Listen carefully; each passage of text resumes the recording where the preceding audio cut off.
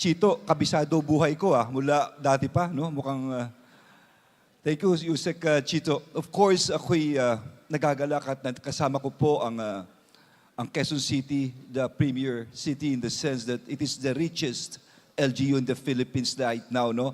At because of a good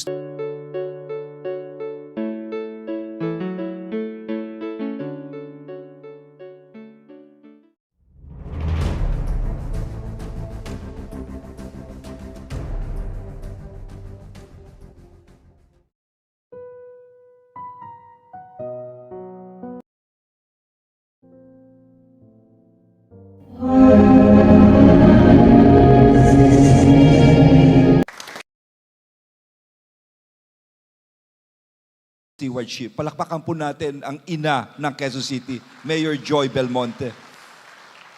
Equally, kailangan mo na isang magaling na Vice Mayor na magtitimo naman. No? Kaya palakpakan po natin ang magaling at very humble po, no?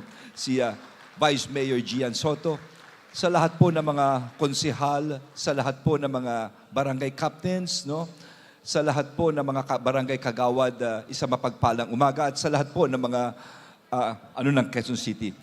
Alam nyo, kanina, habang nagsasalita sila, sinabi ko sa staff ko, can you go over Quezon City? Kasi with the DILG, ang dami naming ina-assess na local government units. At eto nga, just some of the things na sinasabi po rito. 2018, Quezon City was awarded the Best Local Disaster Risk Reduction Management conferred by the National Disaster Risk. Buong Pilipinas po ito. At the 20th National Gawad Kalasag. The best. And the city itself. And ito hindi na lang bola. Let's look at the data itself. The city obtained its fourth, pang-apat na po, unmodified opinion. The highest ever opinion by the Commission on Audit Rating in 2023. Ibig sabihin, isang malinis na pamamahala. No? And of course, being the ICT capital of the Philippines, Quezon City was the first LGU with a computerized real estate assessment and payment system developed in 2015. Again, it is Quezon City. And not only that, Quezon City is the country's richest city. The 22nd Quezon City Council has also crafted a most inclusive, palakpakan po natin mga konsihal ng Quezon City, a most inclusive piece of legislation and garnered Asia's most excellent and innovative legislation, the Right to Care Card, where LGBTQIAP+ couples living in Quezon City are provided with healthcare and medical decision-making rights. Aside from the latest award as the #1 most competitive LGU for the 4th straight year. And not only that, recently, no less than the United Nations has named Mayor Joy Belmonte as the 2023 Champion of the Earth by the UN Environmental Program for her leadership and policy achievements in curbing pollution and greening the country's most populous city. The award is the highest environmental honor that recognizes leaders from all sectors whose actions have a transformative impact on the environment. This, along with the Seal of Good Local Governance, the 2023 award, and the Galing Pook Award. Andun po ako noon. No? Nakita ko, I think Quezon City received 2 awards.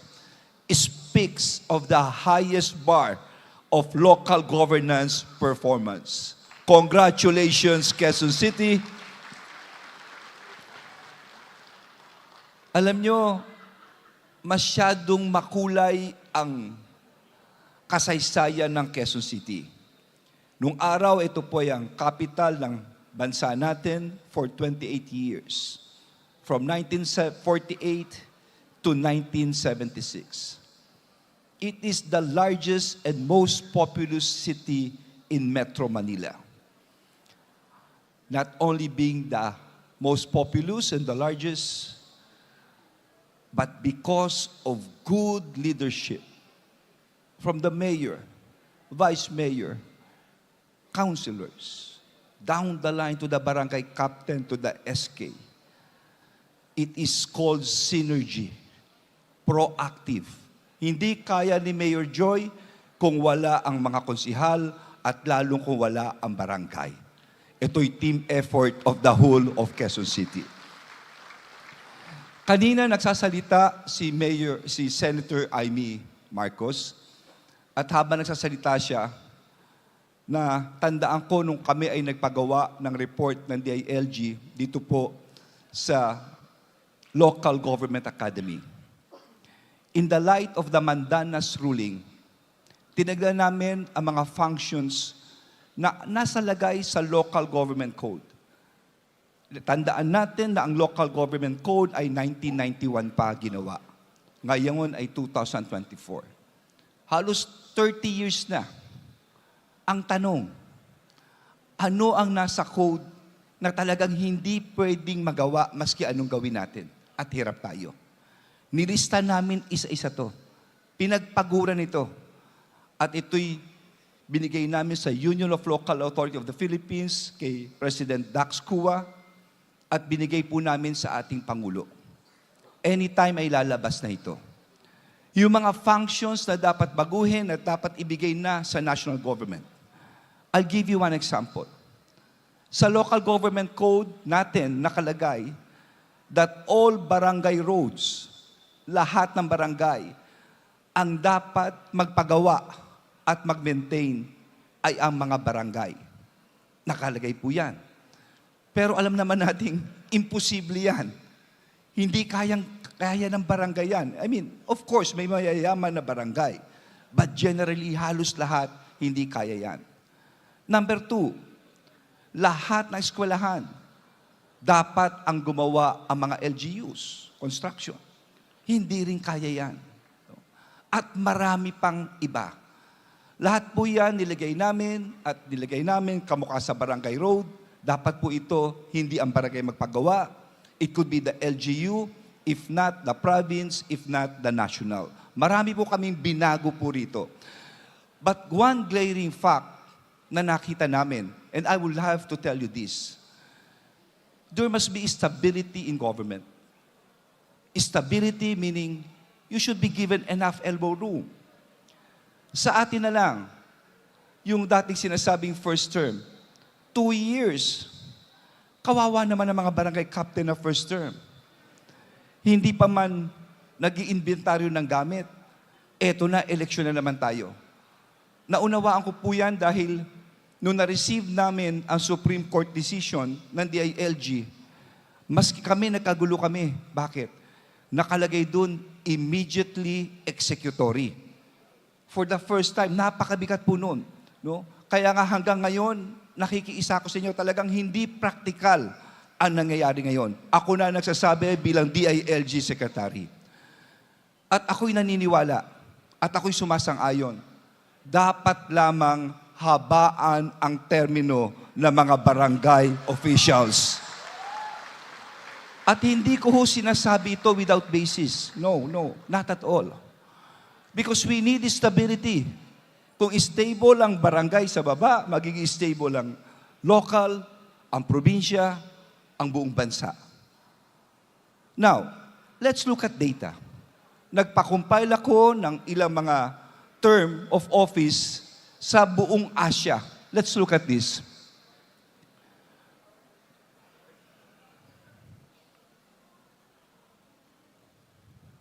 Wala ba? Okay.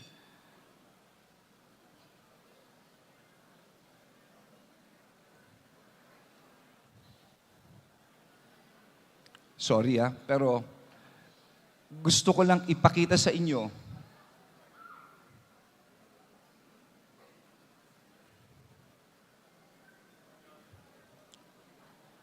okay, next.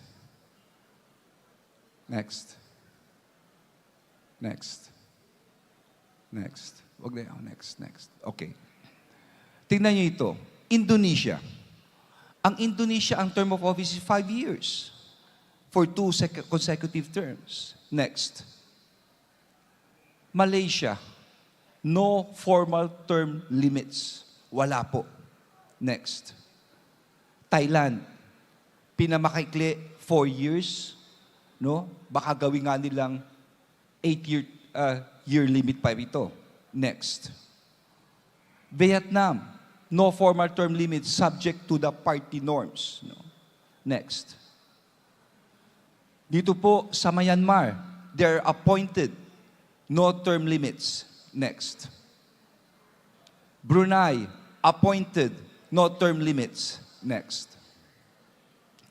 Cambodia, muli pumapasok ang 5 taon na term of office. No formal term limits. Next. Appointed sa Lao, no formal term limits. Next.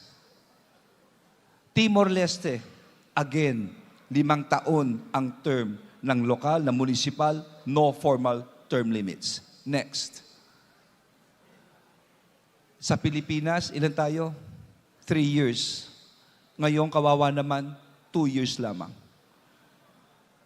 Kaya ako naniniwala, dapat hindi 3 years ito. Dapat lamang habaan natin ang term of office. Isipin mo naman, sa national magulo, sa local magulo, mas magulo sa barangay dahil ultimo kapitbahay mo, nag-aaway-away kayo. Hindi ba? Hindi pa naghihilom yung sugat, eto na naman, eleksyon na naman tayo. At alam naman natin yan, natural yan eh. Gumawa ka na maganda, 10 beses, okay lang. Minsan ka lang, hindi mo pagbigyan, masama ka na kaagad. Hindi ba? Alam ko yan, dinaanan ko yan. Mayor ako ng 15 taon. Alam ko yung pinagdadaanan ninyo. At mahirap bumuelo talaga rito. Kaya pagdating dito, makakasama po tayo rito. At yan po ang posisyon ng the Department of the Interior and Local Government. At ito lang kung ang masasabi ko sa inyo, alam kong mahirap ang maglingkod. Nag-uusap nga kami ni Vice Mayor Gian kanina. Sabi ko, alam mo, Gian, yung pinagdaanan ko iba rin. On a personal note, mabigat din ang pinagdaanan ko dahil I've lost my eldest daughter, I've lost my mom, nakulong ang aking ama, no? Pero napakawalan din siya dahil he was acquitted. And during those times, nagkasakit po ako, no? Parang cancer po iyon, nung panahon na iyon. I've been through a lot. Kaya ako, sinasabi ko kay Gian, kaya ganito ang pananaw ko, parati ako mabilis kumilos. Mabilis. Kasi I value time so much. Ano ba pinagdaanan ko for the last 2 years? Pagkaupo ko, namatay si Percy Lapid. Percy Lapid ay isang radio reporter. Sinong pumatay kay Percy Lapid? Nahuli namin ng taong yon, yung gunman, kung maalala ninyo. At tinuro niya si Bantag. At yung dinimanda namin si Bantag, no? At ngayon pa, ito'y hinahanap si Bantag. After a few months, ano nangyari? May mga sundalo, may dalang mahabang barel. Pinagbababarel ang mga tao, kasama na ang gobernador ng Negros. Sino yung namatay? Si Governor Degamo. Sinong pumatay? At that time, he was a congressman of Negros. I was tasked to be the head of the task force Degamo. Yung taong itong si Teves, pinaka-demanda natin, it only shows one thing. Under the Marcos administration, no one is above the law. Tandaan niyo po yan. After a few months, ano nangyari? Nagkaroon ng oil spill sa Mindoro, nagkalindol sa Abra, kaliwat kanan na baha, at pagkatapos, may nakuwang 1 toneladang droga sa Maynila. Ano nangyari? Ang nahuli ay isang pulis. I think it was December, nag-usap kami ng presidente at ni Chief Asurin, at ang sabi mismo ni Chief, ipag-resign natin lahat ng generals and colonel. At sumang-ayon ng Pangulo, kaya noong January, I was on national TV and asked for the resignation of all generals and colonels para maklear ang pangalan. At ako'y nagpapasalamat sa mga general at koronel, lahat po sila sumang-ayon. And to set things on record, we filed cases. Hanggang ngayon, 58 cases against these people. 12 of them has been accepted yung resignation at 4 na po ang summarily dismissed ng National Police Commission. Pero yung Paskong yun, aminin ko sa inyo, tao lang ako. I have to think of the safety of my family. Ang sabi ko nga, what if wala mag-resign? What if lumaban sila? Nakandahan na po yung resignation ko noon. Kaya yung Pasko, hindi ako masaya noon dahil January, alam ko, i-announce ko eh. But these are just some of the challenges. Secretary ka of the DILG, ikaw ang pupuntahan. Dapat dito buo ang loob mo. Dapat there's no room for any doubt. Gawin mo ang dapat mong gawin kung alam mong tama. Ganong kasimple lang po ito. After a while, sumunod po rito ay ang kaso ni Alice Goo. Alam niyo siguro, yun nangyari po rito kay Alice Goo. I was then in Bicol. No? Nasa Bicol po ako noon, mga 10:00 ng umaga. Tumutulong ako sa mga flooded victims.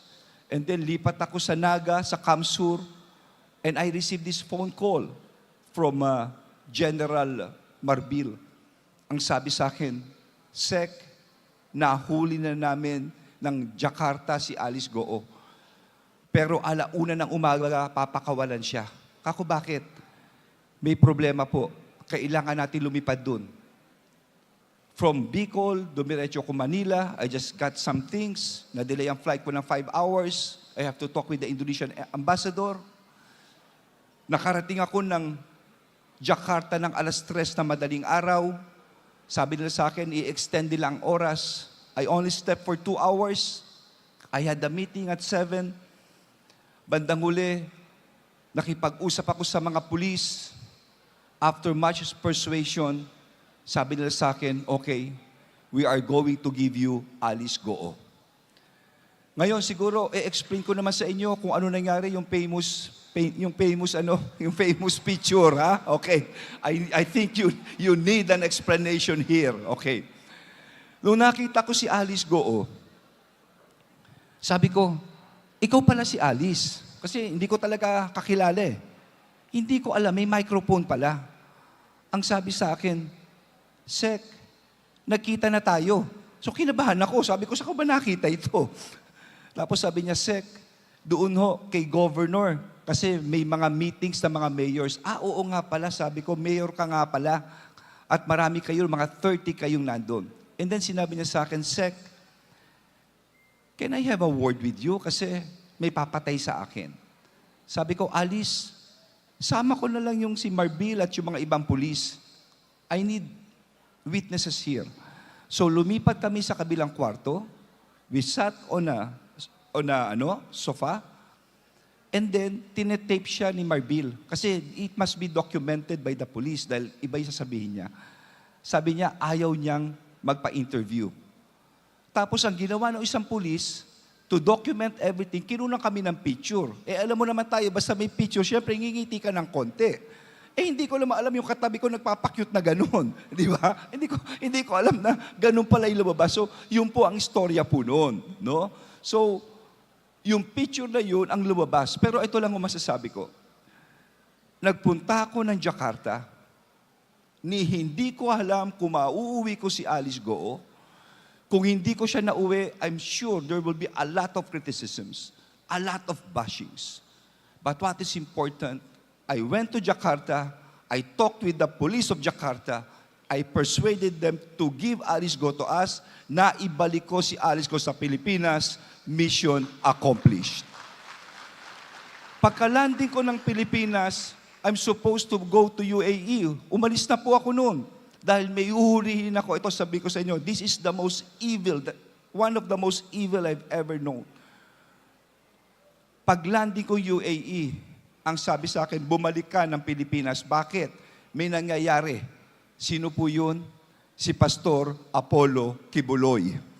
So, balik na naman ako ng Pilipinas.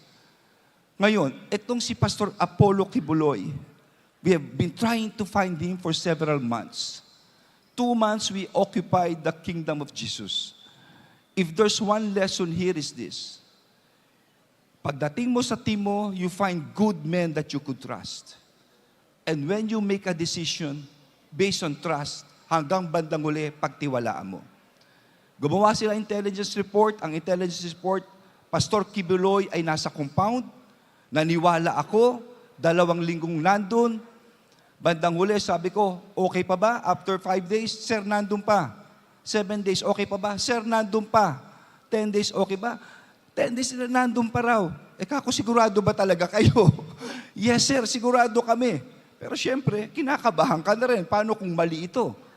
Pero, that's it. It's purely trust.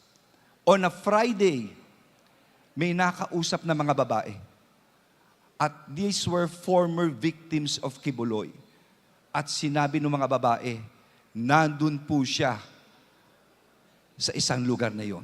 Tinuro. Saturday, tignan nyo, ginawa namin. Pakita mo yung video, yung maraming tao. Idirekta mo na, Major Ho. Sige lang. Next muna. At yan po yung mga taong, yan po yung mga sundalong pinadala namin, pinaligiran na namin yung lugar. Next muna, next muna. Binabato ng ihe, sinasaktan, hindi sila lumalaban. Next muna. Next muna. Next muna. Yan. Look at this. 1,000, 2,000, nakita na namin kung nasan siya. Pinalibutan na namin to at sinabi namin, sige na, pasukin na yan para mahanap na siya. This is a 30-hectare property. Napakalaki po nito at napakarami ano sa loob. Yan po ang nangyari ron. And then after that, nahuli na po namin si Pastor Kibuloy. In ending, teka muna, hindi pa pala in ending. May isa pa yung sinasabi ko sa inyo, most evil. This person victimized young children. 9 years old to 15. Ang pinakamarami, 13 years. Mga batang babae. At kailangan ko ang tulong nyo ritong lahat. Batang babae. As young as 9. Anong ginagawa? Pinoprofile niya kung ang mga batang ito ay loner, matalino, walang barkada. Bibigyan niya ng 500 pesos para magpadala ng litrato. Pagkabigay ng litrato, yung mukha papatungan ng nakahubad na ibang picture. Yung mga bata papalag. Sabihin ng tao, sige, papalag ka, ikakalat ko sa eskwelahan mo to. Kakalat ko sa magulang mo. Sumunod ka sa lahat ng gagawin ko. So yung pobreng bata, mahahawakan ng taong ito. At itong mga litrato, pinapadala sa dark web at binibenta sa mga dayuhan. Ang masaklap dito, yung ibang bata, ito hindi ko talaga kinaya ito, papupuntahin niya sa isang lugar at may nakaabang na lalaki, as young as 10 years old, gagahasain yung bata. After raping the child, tinetape nila at binibenta sa dark web. My dear friends, 113 young children has been victimized by this Teddy Mojica and his cohorts. And these are children. When I was in the United Nations in Austria, ang sabi raw, the epicenter of online sexual abuse and exploitation of young children is the Philippines. Hindi ko matanggap ito. Masakit sa dibdib. Pero this type of actions, kailangan galawan hanggang barangay level po. So, eto po itong taong to, I went to Dubai para lang arestuhin doon dahil tinawagan ko yung Interpol at yung kaibigan ko po, yung kapatid ng presidente, at naiuwi na po natin yan sa Pilipinas. In ending, alam kong pare-pareho tayo sa gobyerno. This is a thankless job. Gumawa ka ng maraming maganda, konting mali lang, o kaya hindi mo lang mapagbigyan, a lot of bashings left and right. I know you know where I'm coming from. Pero lang isa lang sabihin ko, Always choose right over wrong, ethics over compromise, and truth over popularity. Because the choices you make will shape your character. Always remember that. At ako naman, simple lang ang akin. Kung meron akong dapat gawin, mahihirap, nakita niyo yung mga pinagdaanan ko. Kung ano yung tama, tama. Kung may mga tumitira sa akin, kaliwat kanan, yung demandang katakot-takot, wala akong pakialam. Para mga asong kumakahol lang yan sa kanto. Kumahol na sila ng kumahol. Dahil kung lahat ng aso'y titigilan ko bawat kanto, hindi ko kayang marating ang pupuntahan ko. At ang pupuntahan ko ay ang paglilingkod sa bayan. Mga kasama ko sa barangay, sama-sama tayo. A great barangay we would have a great city. From a great city, a great province, autonomous area, and from there, a great nation. Ang sabi ko nga, pinag-a-abroad tayong lahat, hindi ba? May mga bansang ang ganda ng kalidad ng buhay, ang ganda ng edukasyon, ng transportasyon, ng mga kinakain, ng sweldo. Kung minsan nakakaingit eh. Kailan kaya mararanasan ng ating mga kababayan to? Kaya yan. During our time, we will do it. Sama-sama tayo dito because Quezon City has done it. Sa inyo pong lahat, mabuhay ang mga barangay ng Quezon City, mabuhay kayo.